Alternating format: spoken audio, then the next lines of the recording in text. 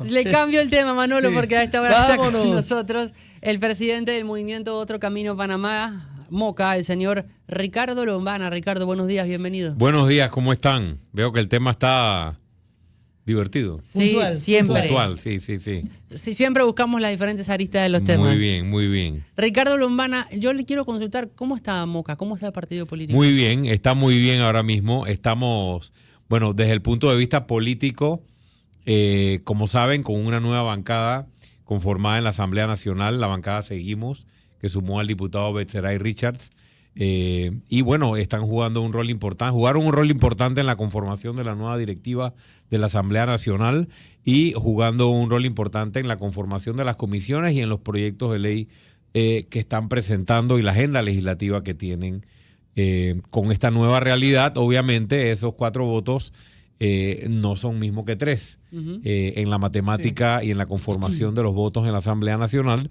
Y además de eso, ya teniendo una bancada, se obtienen obviamente otros espacios importantes en las comisiones, que era parte de lo que se buscaba para poder seguir llevando tanto la línea del movimiento Otro Camino y nuestra visión y nuestras propuestas, sino también la de los independientes a través del diputado Betzeray Richards. Asimismo, a través de nuestras otras autoridades electas, nos mantenemos en comunicación y en coordinación con el alcalde de Santiago, que está desarrollando, impulsando importantes proyectos a pesar de la dificultad que tiene con la obtención de fondos, porque aquí hay recortes por todos lados, sobre todo si no eres afín.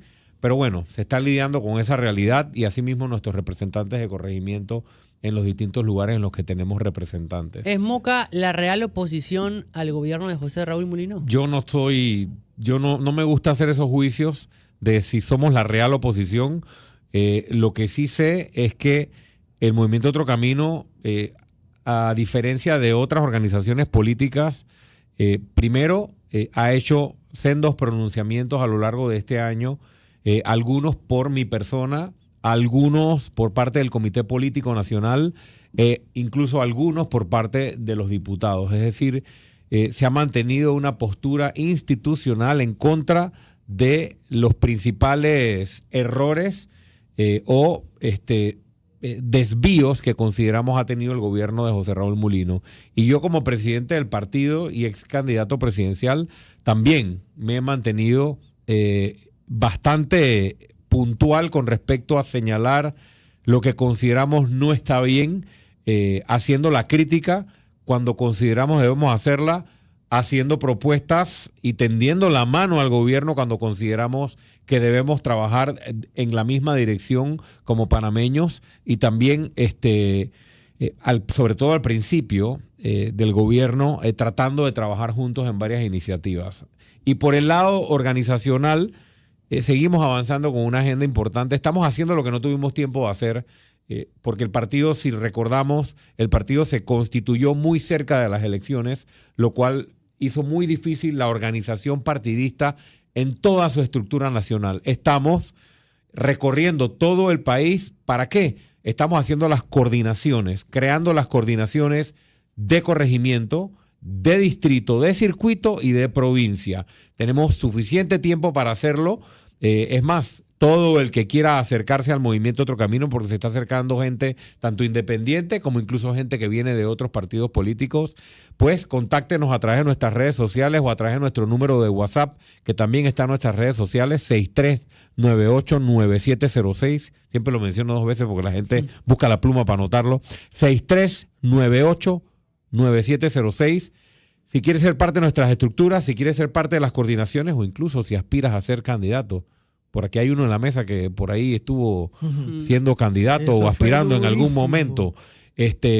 Manolo, si tú quieres volver a intentarlo, ahí las puertas están abiertas. Mire, en el movimiento Otro Camino. Ahí lo tiene. ¿No? Atención, Juan Priciola. Atención, Juan Priciola. Con 7 potencias o sin 7 potencias, como sea, usted bienvenido acá al movimiento Otro Camino, porque estamos en búsqueda, ahora sí, con tiempo, de una oferta electoral completa. Nosotros solamente logramos, Chema, 40% de los candidatos a nivel nacional.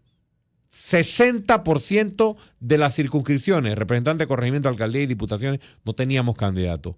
Así no se puede ganar una elección, sí, evidentemente. Eso fue lo que nos faltó. Estábamos fuertes en la candidatura presidencial, pero evidentemente estamos construyendo con tiempo ese portaaviones que nos va a llevar a gobierno en el 2029. Como líder postulados, la organización fue muy débil en esa primera... Muy difícil.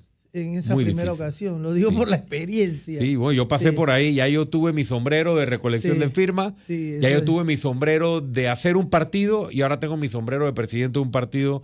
Es decir que por lo menos he vivido las 3 etapas como para saber los pros y los contras de estar en esas situaciones. Y pelear contra los partidos políticos establecidos, incluso le quitaban los libros de firma a la gente que tú tenías recolectando o utilizaban marrumancia. Eso fue terrible, eso fue atroz. Y justamente ya como partido político constituido también están en la mesa de reformas electorales. Es correcto. ¿Cómo va eso? Bueno, yo diría, el otro día alguien me preguntaba, yo diría que sin sorpresas, a pesar de que tenemos un voto y a pesar de que tenemos presencia y una muy buena representación de Moca, todavía no hay una mayoría que puedas tú decir que se consolida dentro de la Comisión de Reformas Electorales para poder lograr que se aprueben los cambios integrales que requiere la legislación electoral panameña. Nosotros estamos impulsando desde la mesa y desde el voto que tenemos distintas propuestas y cabildeando con las otras bancadas o con los otros partidos, organizaciones de sociedad civil para poder llevarlas adelante, pero no siempre se logra, obviamente, tener consenso o el apoyo en temas como, por ejemplo, la reducción del subsidio electoral, que ha sido una postura histórica del movimiento Otro Camino, que los movimientos independientes puedan ser tratados a nivel constitucional y puedan postular candidatos como organizaciones y no tener la necesidad de hacer un partido político para poder postular candidatos, como en Colombia, que existe pues el reconocimiento de los movimientos políticos a nivel constitucional. El tema de la equidad en la repartición de fondos es muy desigual, los fondos que reciben los partidos políticos con respecto a los fondos que reciben los candidatos de libre postulación.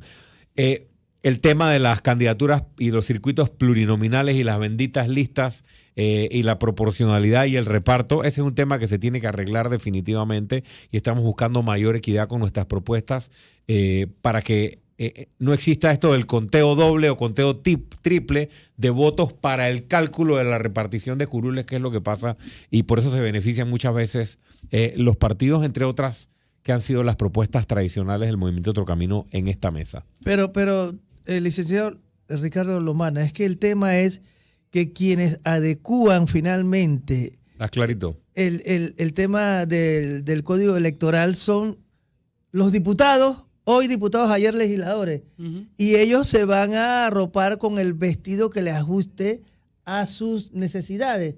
Entonces allí hay los movimientos alternos o los libres postulados están en muchísima desventaja. Esa es una realidad. Es una realidad y yo en el pasado he sido bastante crítico de la situación. Ustedes recuerdan y el pueblo recordará todas las tensiones que yo tuve con el Tribunal Electoral en mi primera campaña, sobre todo. En la segunda disminuyó un poco no porque no hubo situaciones injustas, sino que el enfoque tal vez era otro, tratar de ganar el voto. Pero yo reitero lo que he dicho siempre. El Tribunal Electoral es parte del problema. ¿Por qué? Porque los magistrados, históricamente, y las cuotas de reparto dentro del Tribunal Electoral obedecen a los partidos tradicionales grandes. Entonces, hay una línea partidista que se impulsa desde el Tribunal Electoral. Es decir que la Comisión Nacional de Reformas Electorales, a pesar de que siempre hace algunos cambios, nunca de allí va a salir la reforma integral que realmente beneficie a la democracia y a los panameños. Por un lado. Y por otro lado, tienes razón, al final la Asamblea Nacional es la que aprueba el Código Electoral, las reformas electorales, y al final se va a arropar con la sábana o con la manta o se va a hacer el traje que más le convenga a su medida, sobre todo ahora que existe la amenaza de los movimientos independientes y la amenaza a un nuevo partido, Movimiento Otro Camino, que evidentemente está buscando llegar a gobierno y buscando que las normas sean igual para todos, sobre todo aquellas que nos puedan igualar en la competencia con los partidos grandes. La semana pasada se dio un debate en la Comisión de Reformas Electorales entre el presidente del Partido Panameñista, José Blandón, y el diputado de Vamos en la Asamblea Nacional, el señor Bloise, debido directamente al presupuesto postelectoral, al subsidio postelectoral. Por un lado, Blandón señalaba que los diputados independientes o aquellos independientes no tenían que pasar por lo que pasan los partidos políticos. ¿Usted está de acuerdo con ese subsidio postelectoral que se le da a los partidos políticos y cómo se trata, por ejemplo, también con los candidatos que pasaron por la vía independiente? Yo estoy de acuerdo en que exista el subsidio electoral, pero debe ser reducido drásticamente porque precisamente Moca como partido y Ricardo Lombana como independiente hemos demostrado a lo largo de todo nuestro ejercicio político que no se requiere esa cantidad de millones para organizarse políticamente ni para participar electoralmente en elecciones. Y sí, podemos revisar si es postelectoral, si es preelectoral, pero al final creo que lo importante es que los montos se reduzcan y que haya mayor fiscalización en el uso de los montos, que allí creo que siempre hay espacio para la mejora. Eso por un lado. Y por otro lado, yo creo que siempre ha sido desigual el terreno para los de libre postulación con respecto a los partidos. Por supuesto que los de libre postulación la llevan mucho más difícil en la parte de recolección de firmas y en la parte de correr en una elección contra la maquinaria de los partidos. Siempre será mucho más difícil para los independientes o para los de libre postulación. Entonces, la legislación tiene que adecuarse para que la batalla, el torneo electoral sea más justo y que haya realmente equidad de condiciones. Pero yo quiero decir algo, habiendo pasado por las tres etapas, también tú no puedes jugar al juego de la libre postulación y decirle al elector, yo soy independiente, yo soy de libre postulación, pero luego armas una organización en la asamblea, por ejemplo, que no es un partido, pero tiene línea, ¿no? Yo creo que hay ciertas agrupaciones, una en particular, que se tiene que definir. Vamos, usted está hablando de Vamos, por supuesto, puntualmente. Una piedra corta ahí. A quienes respeto mucho, y esto es una recomendación. Atrévanse. Okay. O sea, le tienen un poco de temor al tema de constituir un partido, porque entonces la gente va a criticar que ya no son independientes.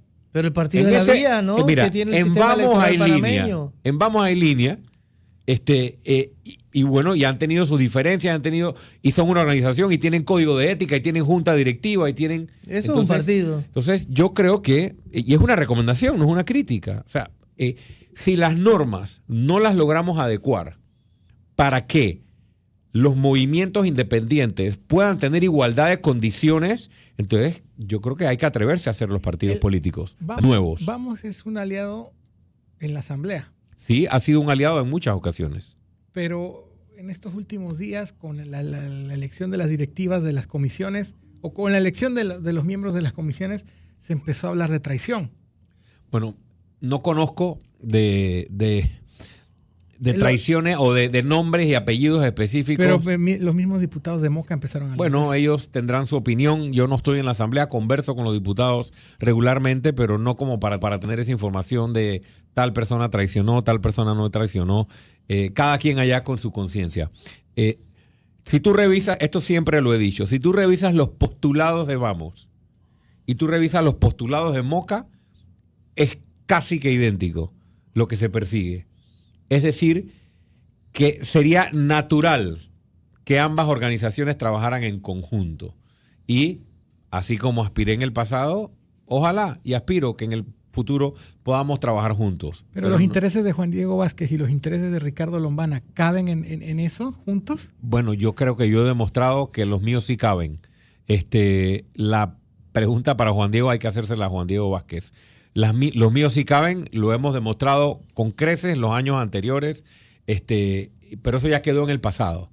Creo que todo el país conoce la historia de que se les abrió la puerta, se abrieron espacios, se les ofreció ser parte de un solo proyecto entre Vamos y Otro Camino. Ellos no quisieron. Yo creo que eso definió la elección, pero son decisiones que yo respeto y son historias que se van escribiendo y espero que aprendizajes que hacia el futuro ambas organizaciones podamos ver en función de lo que logramos o lo que queremos lograr en el 2029. Regresemos un momentito a la Comisión de Reformas Electorales. Uh-huh. Se ha hablado en las discusiones también de la permanencia de los partidos cuando sus membresías se reducen a un... Porque hay un mínimo en las elecciones. Tú tienes que cumplir con una cuota del padrón. Uh-huh. Que es lo que pasó, por ejemplo, con País, que no logró y no sobrevivió. Pero hay veces pasa que después de las elecciones hay partidos, por ejemplo el Partido Popular, cuya membresía es menor incluso al mínimo que te solicitan en las elecciones. Y se está hablando de que cuando un partido no cumple con ese mínimo desaparezca. ¿Cómo lo ve Moca? Estoy de acuerdo con esa modificación que se está proponiendo. Yo creo que también es una modificación que puede, si la aprovechamos bien, Chema, puede ir a fortalecer un poco los partidos políticos y tratar de regresar, y digo tratar porque no es fácil, a que la gente se matricule con una idea y la gente se matricule con un proyecto y no a lo que nos han acostumbrado los partidos políticos tradicionales, y es que las inscripciones en los partidos muchas veces se ven en función de una oportunidad de empleo o una oportunidad de surgir o una oportunidad de tener una beca. Eso hace que la ciudadanía sea esclava de los partidos políticos, contrario a lo que debe ser un partido político en una democracia, que es una organización que proponga cambios, que proponga mejoras en la calidad de vida y demás. Yo creo que hacia allá podríamos apuntar. Sin hablar del Partido Popular, o sea, yo encuentro poco sentido en que una organización esté muy por debajo, por ejemplo, de lo que se exige para conformar un partido político o incluso acercándose al porcentaje mínimo que tiene que tener después una elección y aún así sobreviva. Yo creo que es una norma que puede buscar o puede generar el fortalecimiento de los partidos políticos. ¿Y no puede ser utilizado por los partidos grandes para desaparecer la competencia? Sí, pero ¿qué no han utilizado los partidos grandes? Los partidos grandes tienen la plata, tienen los millones, controlan las organizaciones, han controlado el Tribunal Electoral, han controlado mucho. Yo creo que ya estamos acostumbrados a pelear en ese terreno. Yo creo que si tú tienes un proyecto político serio, robusto, el proyecto va a sobrevivir. La política está cambiando. Miren el fenómeno de Moca. O sea, Moca tiene entre 35,000 y 40,000 inscritos. Se ha mantenido Moca desde que se creó como partido.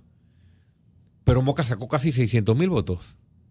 Entonces, ya esos partidos de 250,000 miembros y 250,000 votos, o de 300 o 400,000 miembros y 400,000 votos, eso en la nueva política nosotros lo vemos cambiando. El voto duro se reduce. Y, por supuesto, ya no necesitas tener una organización de 200,000 personas o de 400,000 para tener un proyecto en el que la gente se matricule. Entonces, espero que eso se fortalezca y por eso hablaba del caso de Vamos como un consejo y una recomendación, no como una crítica. Espero que esto se fortalezca con la llegada de nuevos partidos políticos, principalmente con jóvenes que tienen estas ideas mucho más frescas de revolucionar y cambiar las normas de la democracia. Moca tiene la alcaldía de Santiago y varios gobiernos locales. Sí. Hoy en día no está tan fácil ser representante o ser alcalde con todo lo que está pasando con la descentralización paralela y la cantidad de gente que ha sido detenida o puesta ante la justicia por esto, ¿no?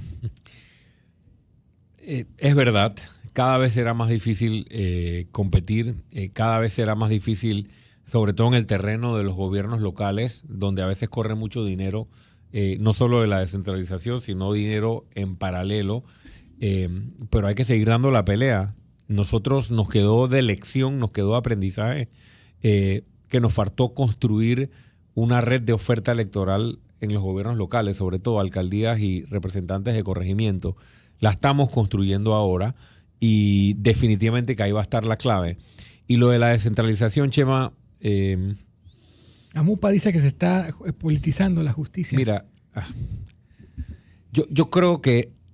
Te voy a decir varias cosas sobre eso. Primero, la descentralización fue solo de plata. Porque aquí no se descentralizaron las funciones ni las competencias. O sea, hay una ley muy bonita que impulsó, creo que el gobierno de Juan Carlos Varela en su momento, Sí, con el pero, alcalde Blandón. pero en el papel. Esa intención, ¿en qué quedó traducida? En traslado de fondos millonarios a mis representantes afines, y mucha de esa plata se perdió. Y a eso le llamaron descentralización. Descentralización. Pero la Contraloría jugó en su momento un papel deleznable frente a esos desvíos de dinero. Sí, ahí está el hombre muerto de la risa, el Contralor Solís, muerto de la risa, y no va a pasar nada. Pero bueno, hagamos descentralización y promovamos la descentralización como debe ser.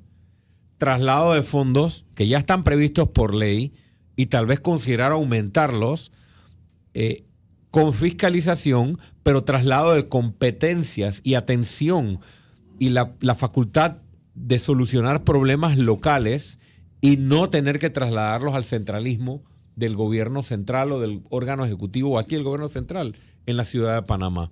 Eso es parte de la visión de Moca. Y por otro lado, sí está politizada la justicia.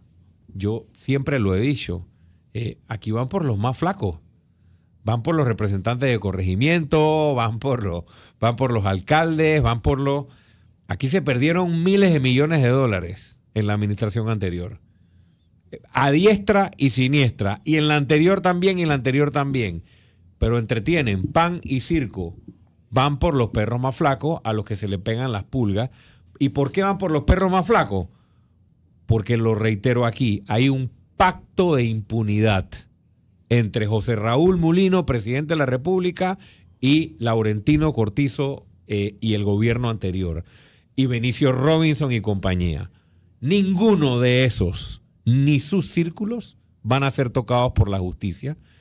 Ese es el pago del favor de haber torcido la ley para que el Tribunal Electoral y la Corte Suprema de Justicia dejaran correr a José Raúl Mulino. Así se maneja la política en este país, lastimosamente. Y esa es la política que nosotros queremos cambiar. Porque ¿para qué hacer todos estos esfuerzos si las elecciones se definen en un cuartito? O se definen en una oficina y se definen con maletines y con matraqueos. Menciono esto con respecto a la descentralización porque sí está politizada la justicia, o sí está politizada la iniciativa. Y el Contralor, cuando el Contralor fue a la Asamblea y armó su pleque-pleque, ustedes recordarán, creo que fue en esta emisora que lo entrevistaron o fue un clip de Radio Panamá. Yo dije, Contralor, no ladre, muerda. Varios contralores han destapado la corrupción de la Asamblea. La pregunta es, ¿cuándo ha habido consecuencias? ¿Cuándo? ¿Hasta dónde llega? Si mi memoria no me falla, aquí el único diputado que pasó, así como quien pasa por la cárcel, fue Mario Miller. Sí, 2 veces. ¿No? Y ya. O sea, aquí no ha habido consecuencias cuando el principal canal del robo de los recursos públicos ha sido los fondos que se manejan a través de la Asamblea. Entonces, el Contralor no solo tiene que hablar, tiene que hacer. El Contralor no solo tiene que ladrar, tiene que morder. El Contralor no solo tiene que auditar, tiene que hacer que haya consecuencias. Y el mensaje también va con el Procurador General de la Nación, el amigo del señor presidente. Ya que menciona el Procurador, en su momento, vámonos un momentito al tema de Bocas del Toro. Cuando se le preguntó al presidente por los posibles muertos en Bocas del Toro durante el estado de urgencia, el presidente dijo que no había muertos y que la única investigación en la que él confiaba era la de la Procuraduría. Y un par de días después el procurador salió diciendo que sí, que estaban investigando al menos un muerto. ¿Cómo queda eso? Bueno, yo considero lamentable varias cosas que han pasado aquí. Aquí primero se les ha dejado solos o se ha abandonado a quienes fueron reprimidos. Y entre los reprimidos, y cuando digo reprimidos, no solo los que se les suprimió su derecho a protesta, sino quienes sufrieron violencia por parte de las autoridades. Y vejaciones, no lo olvides. Ahí hubo indígenas, ahí hubo mujeres, ahí hubo gremios docentes, ahí hubo organizaciones sindicales. Y los videos no mienten. Y eso que solo vimos algunos de los videos, porque como saben, se cortaron las comunicaciones y el internet en Bocas del Toro. Lamentable que exista un informe de la Defensoría del Pueblo. Mire al punto que hemos llegado. Que hay un informe de la Defensoría del Pueblo y ese es el informe que cita el periodista cuando pregunta. Cajar, sí. Y el periodista Cajar, Juan Alberto, ¿no? Cajar. Juan Carlos Cajar. Juan Carlos. Y el presidente de la República elimina, o sea, ignora de un tajazo. No, yo solo le hago caso a las investigaciones del Ministerio Público. Esa fue su respuesta. Es decir, perdonen la expresión, me limpio, ya ustedes saben qué, con el informe de la Defensoría del Pueblo y con las violaciones de derechos humanos y que con están los testimonios allí que pactadas. hubo, decenas de testimonios. Eso nos lleva, para mí, al comentario final o a la reflexión final. Tenemos un presidente que tiene bastantes elementos de autoritarismo y dictatoriales. No acepta crítica, interrumpe a los periodistas por la mitad de la pregunta, cuando la pregunta le incomoda. Les sube el tono, los ofende. ¿Eso para qué?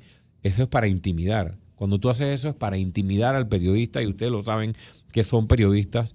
Y ese día yo felicité públicamente al periodista Cajar por atreverse a hacer periodismo independiente, que queda muy poco periodismo independiente en Panamá, dicho sea de paso, por atreverse a hacer la pregunta a pesar de los ejercicios de amedrentar por parte del presidente de la República.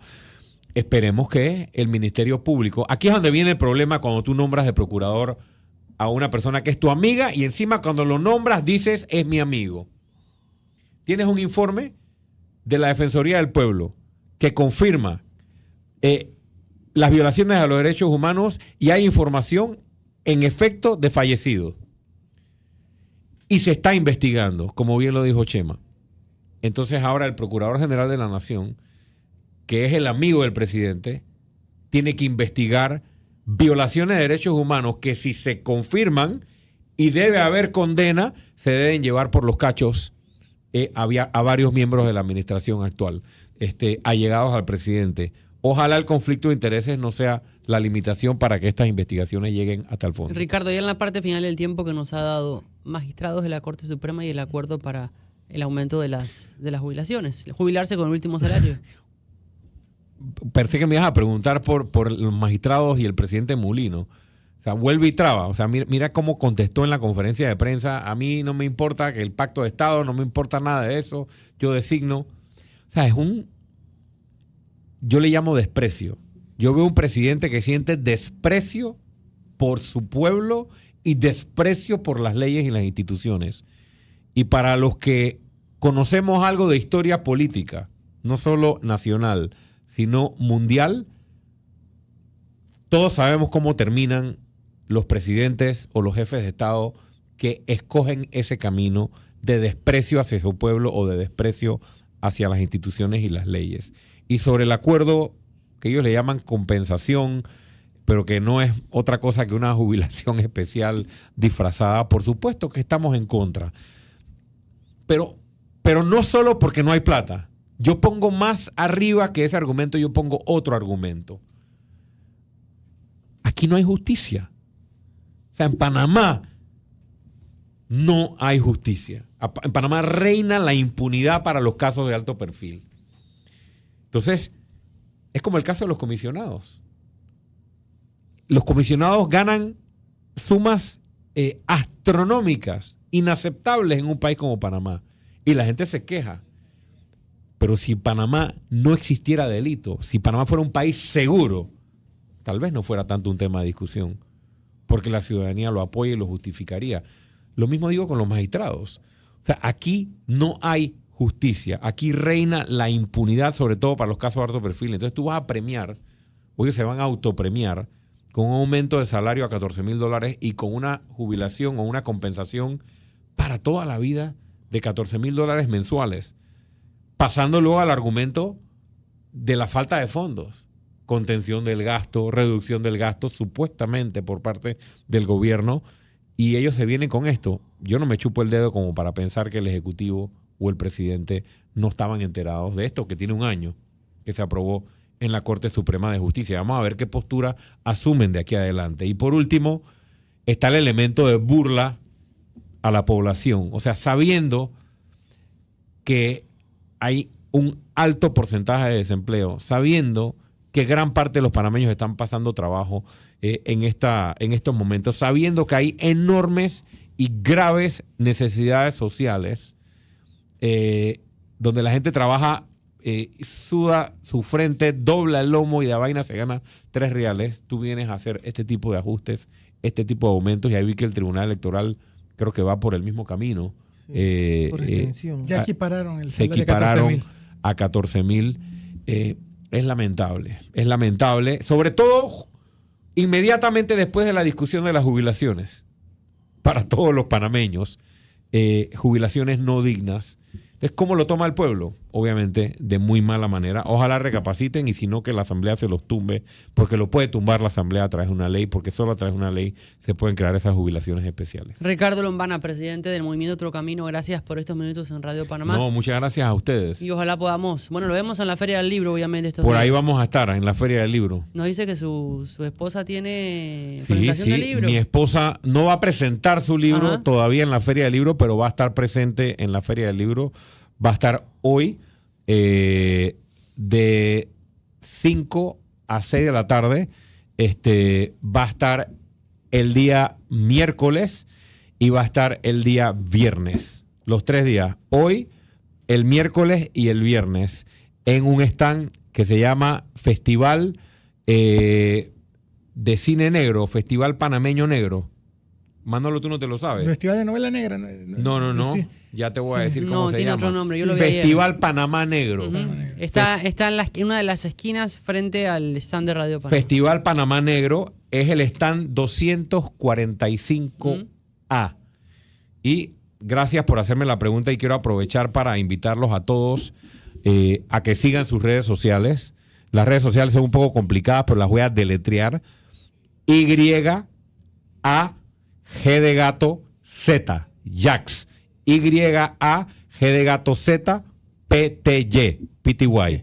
Jax PTY está en Instagram, está en las redes sociales, ahí pueden ver sus publicaciones de su primera colección. Amor al primer plato se llaman. Mire. Se llaman los 3 primeros ejemplares de la colección, y pasen por la Feria del Libro o Si él escríbenle no para hubiera que dado ese consuman. mensaje aquí, no entra a la Por eso casa de mismo lo vuelta. tenemos tú que captaste, ¿no? salvamos, lo ¿Ah? salvamos. Hubiese tenido que tomar otro camino para ir a la casa. camino para regresar. No, el salvavidas ha Sí, sido... así es. no cabe. Ese es el salvoconducto. Sí. Ya Inés, ahí tiene, él saca el clip y se lo manda a Milagros para que se lo dé el señor Lombana y lo tenga directo. Muchas gracias. Gracias, Ricardo.